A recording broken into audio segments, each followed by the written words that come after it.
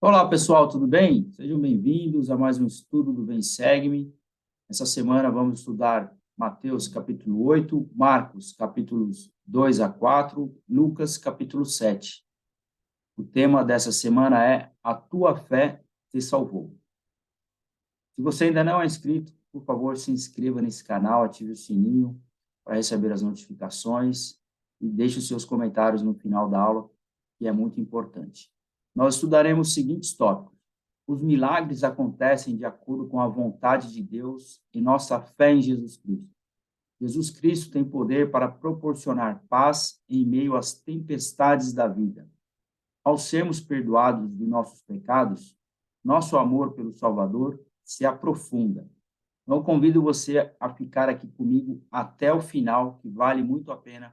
São lições valiosas que nós vamos aprender aqui com esses três livros. Bom, o primeiro tópico é: os milagres acontecem de acordo com a vontade de Deus e nossa fé em Jesus Cristo. Então, olha só, dois grandes ensinamentos que nós já aprendemos aqui com esse tópico. Os milagres, eles acontecem por duas coisas.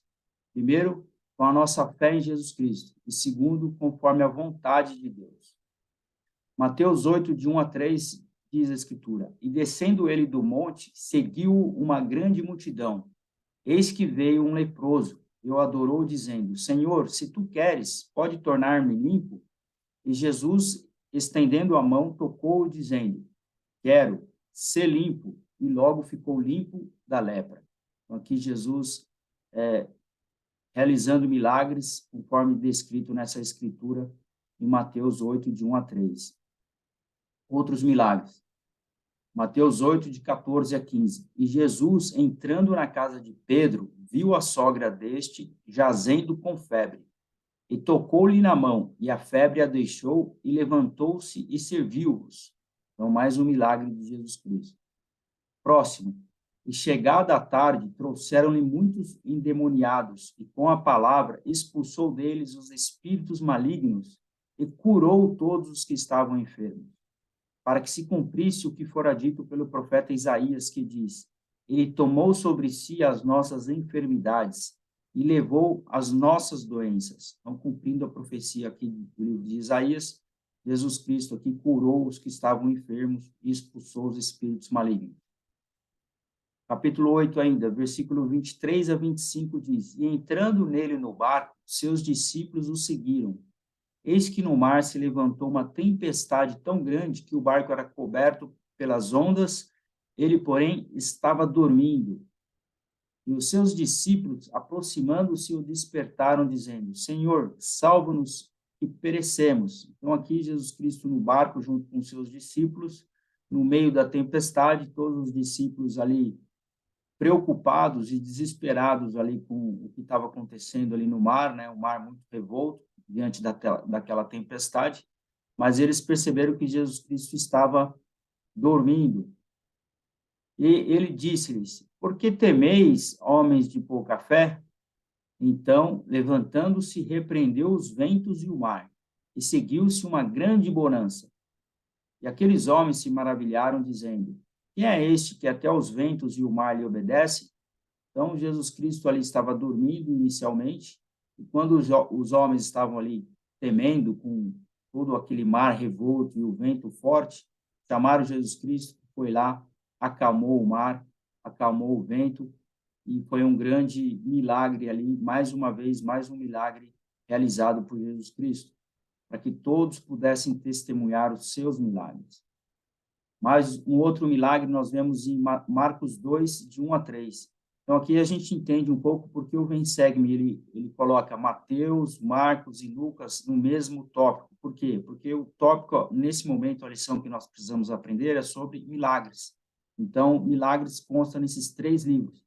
Por isso que está resumindo aqui para vocês. Diz assim Marcos, capítulo 2, de 1 a 3. E alguns dias depois, entrou outra vez em Cafarnaum e ouviu-se que estava em casa. E logo se ajuntaram tantos que nem ainda nos lugares junto à porta cabiam, e anunciava-lhes a palavra. Então foram ter com ele uns que conduziam um paralítico, trazido por quatro. Então aqui nós vemos que Jesus estava ali numa casa, a casa estava cheia, e esse paralítico queria ser curado, não tinha como ele entrar na casa, porque a casa estava muito cheia. E aí a gente aprende no versículo 4 e 5. E não podendo aproximar-se dele por causa da multidão, descobriram o telhado onde ele estava e, fazendo um buraco, baixaram o leito em que jazia o paralítico. Então, eles abriram um buraco ali no teto, né, no telhado da casa, para que pudesse ser baixado o paralítico, para que ele fosse ao encontro de Jesus Cristo. E no versículo 5 a gente aprende essa lição. E Jesus vendo a fé deles. Olha só como é importante isso. Você primeiro precisa demonstrar fé. Jesus Cristo precisa ver a sua fé. E Jesus, vendo a fé deles, disse ao paralítico: Filho, estão perdoados os teus pecados. E Jesus, conhecendo logo em seu espírito que assim arrazoavam entre si, lhes disse: Por que arrazoais sobre estas coisas em vosso coração? Qual é mais fácil, dizer ao paralítico: Estão perdoados os teus pecados, ou dizer-lhe: Levanta-te e toma o teu leito e anda? Então, essa foi a pronúncia que Jesus Cristo fez. Primeira cura, né? Ele perdoou os pecados dele. E as pessoas ficaram meio receosas ali de se realmente Jesus Cristo faria com que o paralítico andasse. Ele falou: o que é mais importante? Os pecados dele ser perdoado ou ele voltar a andar? Então, para que eles não tivessem dúvidas de que o pecado dele foi perdoado, Jesus Cristo foi lá e curou o paralítico e fez com que ele andasse. Ele fala assim, no versículo 2, no capítulo 2, de 10 a 12, ele diz: Pois para que saibais que o Filho do Homem tem na terra poder para perdoar pecados, disse ao paralítico, a ti te digo, levanta-te e toma o teu leito, e vai para a tua casa. E levantou-se, e tomando logo o leito, saiu em presença de todos, de sorte que todos se admiraram e glorificaram a Deus, dizendo: Nunca tal vimos. Então, esse fato fez com que a fé fosse realizada, né, através daqueles homens que levaram aquele paralítico que tinha fé para ser curado. E Jesus Cristo viu a fé deles diante de tanto sacrifício e esforço que eles fizeram para estar na presença de Jesus Cristo. E Jesus Cristo foi lá e realizou esse milagre para que todos pudessem glorificar a Deus.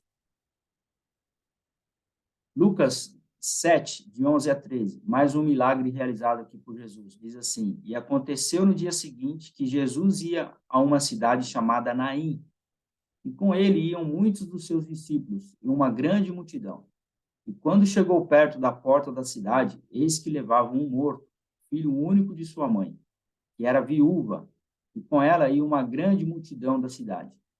E vendo-a, o Senhor moveu-se de íntima compaixão por ela e disse: Não chores. E chegando-se, tocou o esquife, e os que o levavam pararam, e disse: Jovem, a ti te digo, levanta-te. E o que estava morto assentou-se e começou a falar, e ele entregou a sua mãe. Olha só, o jovem estava morto. Jesus Cristo foi lá e disse para ele: Levanta-te, e entregou o jovem para a mãe dele. E de todos se apoderou o temor e glorificavam a Deus. Olha só, de todos os milagres que sempre Jesus Cristo realizava, o que acontecia é que todas aquelas pessoas que testemunhavam esses milagres, eles glorificavam a Deus que estava no céu. E nesse caso eles diziam: um grande profeta se levantou entre nós e Deus visitou o seu povo. Então, olha só um dos propósitos que os milagres têm aqui na Terra, e poder fazer com que as pessoas glorifiquem a Deus que está no céu e tenham um testemunho maior sobre o papel de Jesus Cristo. O que esses relatos ensinam sobre fé e milagres? Então, o que a gente pode aprender é que o que precede o milagre é a fé. Nós precisamos ter fé em Jesus Cristo, fazer oração. Se você acredita que um milagre possa ser realizado na sua vida, você primeiro precisa demonstrar fé, como diz a Escritura. Jesus Cristo vendo a fé deles, né? Então, Jesus Cristo precisa ver a sua fé. E quando ele vê a sua fé e você faz a sua oração pedindo um milagre, Jesus Cristo pode realizar esse milagre se for a vontade de Deus. Isso é o que a gente aprende. E em que ocasiões vimos milagres por exercermos fé em Jesus Cristo? Que ocasiões você presenciou milagres na sua vida? O meu próprio batismo, por exemplo, é um milagre. Por ser membro da Igreja de Jesus Cristo, reconheço isso como um milagre na minha vida. As minhas filhas, toda a minha família, o fato de eu poder exercer o sacerdócio, ser um instrumento nas mãos de Deus, poder abençoar, pregar o evangelho, abençoar vidas, tudo isso é um milagre. O fato de eu sentir paz e tranquilidade na minha vida também é um milagre. Então, são em pequenas coisas que nós podemos reconhecer os milagres em nossas vidas. Então, eu convido você a procurar quais foram os milagres que aconteceram na sua vida. Os milagres acontecem de acordo com a vontade de Deus e a nossa fé em Jesus Cristo. Então, essa é a principal lição que nós devemos aprender sobre milagres. Eles acontecem de acordo com a vontade de Deus e através da nossa fé em Jesus Cristo. E sobre milagres, eu separei aqui um trecho do discurso do Elder Husband. Ele disse o seguinte: muitos de vocês já testemunharam milagres mais do que imaginam. Eles podem parecer pequenos em comparação ao milagre que Jesus realizou ao reviver os mortos. Mas a magnitude não caracteriza o milagre, apenas o fato de ele ter vindo de Deus. Alguns afirmam que os milagres são apenas coincidências ou pura sorte. Mas o profeta Nefe condenou aqueles que menosprezam o poder e os milagres de Deus e pregam a si mesmos sua própria sabedoria e seu próprio conhecimento, a fim de obter lucro e oprimir os pobres. Os milagres são realizados por poder divino, são um socorro enviado do céu para a terra. Então, Elder Husband ensinando aqui mais um pouco sobre milagres. E o Elder Husband, né, ensinando mais um pouco sobre milagres, aqui o Elder Badner falando um pouco sobre aceitar a vontade e o tempo do Senhor, na conferência de agosto de 2016. Eu separei esse trecho do discurso, que é muito interessante, eu convido você a ler esse discurso, que diz o seguinte: fiz perguntas que não tinha planejado e sobre as quais nunca havia refletido antes. Ele foi abençoar esse jovem chamado John. Ele já tinha sido abençoado pelos seus líderes locais, já tinha sido abençoado pelos seus pais, e ele estava doente. E aí o Elder Badner foi convidado a dar uma bênção nesse jovem chamado John. E ele fala que ele fez perguntas que não tinha planejado antes de realizar aquela bênção. E ele fala o seguinte: John, você tem fé para não ser curado? Se for da vontade do Pai Celestial que você seja transferido pela morte em sua juventude para o mundo espiritual, a fim de continuar seu ministério, tem fé para submeter-se à vontade dele e não ser curado? Então, olha só, essa foi uma pergunta interessante que ele fez, porque quando o Elder Badner foi lá abençoar aquele jovem, ele já tinha sido abençoado pelos seus pais, pelo seu pai, pelos seus líderes, e o Elder Badner, ele disse praticamente as mesmas palavras na bênção. Então, uma lição que a gente aprende é, se você é portador do sacerdócio, não importa se você é membro do coro dos 12 apóstolos, 70, não importa qual é o seu chamado. Você, como portador do sacerdócio, um pai de família, você tem o mesmo poder e autoridade de um apóstolo, por exemplo. E nessa bênção, ele questionou o jovem se ele tinha fé para não ser curado. Porque nós precisamos de fé para ser curado, nós sabemos disso. Mas nesse caso ele ensinou que, será que nós temos fé também para não ser curado? Se as coisas não derem certo na nossa vida, nós continuaremos tendo fé em Jesus Cristo? Se você está orando por um milagre na sua vida e esse milagre não está acontecendo, ou ele não aconteça conforme a vontade de Deus, você vai continuar tendo fé em Jesus Cristo, fé em Deus? Então, essa é a pergunta que eu faço para que você possa refletir, né? Utilizando aqui das palavras do Elder Badner. Será que nós temos fé suficiente para submeter-se à vontade de Deus, mesmo que as coisas não aconteçam conforme nós queremos, ou o milagre que nós queremos na nossa vida? Então, essa é uma grande lição. E uma das coisas que eu aprendi foi que ele disse nesse discurso que nós não devemos recuar. não recuar é mais importante do que sobreviver. Então, dos ensinamentos que a gente aprende é esse, que nós não devemos recuar e que é mais importante seguir em frente do que mesmo sobreviver. Bom, o próximo tópico, Jesus Cristo tem poder para proporcionar paz em meio às tempestades da vida. Convido você a ficar aqui comigo até o final, que já estamos terminando.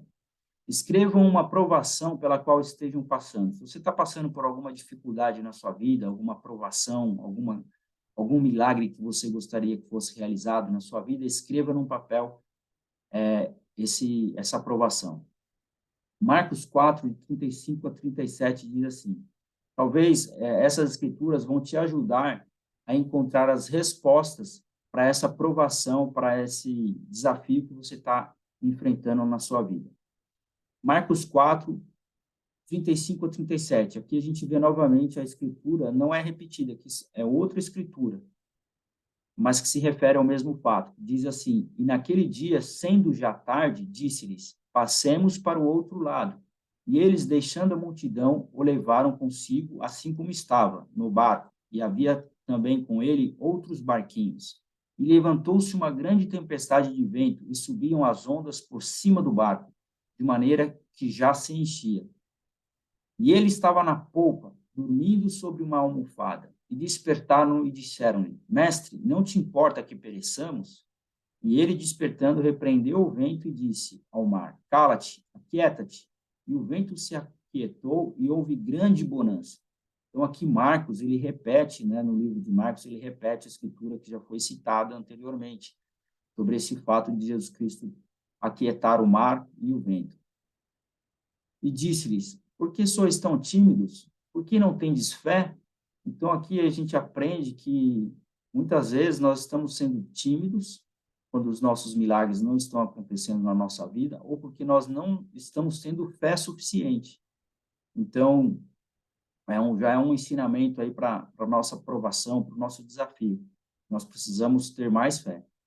E sentiram um grande temor e diziam uns aos outros: mas quem é este que até o vento e o mar lhe obedecem? Próximo tópico: ao sermos perdoados de nossos pecados, nosso amor pelo Salvador se aprofunda. E rogou-lhe, aqui já no livro de Lucas, capítulo 7, 36 a 37, diz: e rogou-lhe um dos fariseus que comesse com ele, e entrando na casa do fariseu, assentou-se à mesa. Eis que uma mulher da cidade, uma pecadora, sabendo que ele estava à mesa na casa do fariseu, levou um vaso de alabastro com unguento. E, estando por detrás aos seus pés, chorando, começou a regar-lhe os pés com lágrimas, enxugava-lhes com os cabelos da sua cabeça e beijava-lhe os pés e ungia com unguento. Então, aqui Jesus Cristo ali na casa, reunido ali com a família, essa mulher que se assentou, uma pecadora, se assentou ali nos pés de Jesus Cristo e estava ali chorando aos pés de Jesus Cristo. E voltando-se para a mulher, disse a Simão: vês tu esta mulher? Entrei em tua casa e não me deste água para os pés, mas esta regou-me os pés com lágrimas e ainda os enxugou com seus cabelos. Não me deste ósculo, mas esta, desde que entrou, não tem cessado de me beijar os pés. Então, Jesus Cristo ficou impressionado com aquela mulher, aquela pecadora, que estava ali prostrada aos pés de Jesus Cristo, lavando e beijando os seus pés. E por isso te digo, assim disse Jesus Cristo, por isso te digo que os seus muitos pecados lhe são perdoados, porque muito amou, mas aquele a quem pouco se perdoa, pouco ama. E disse a ela: os teus pecados te são perdoados. Então, o que a gente aprende nessa lição aqui, para finalizar, o último versículo 49 e 50, eu separei aqui. Diz assim: e os que estavam à mesa começaram a dizer entre si: quem é este que até perdoa pecados?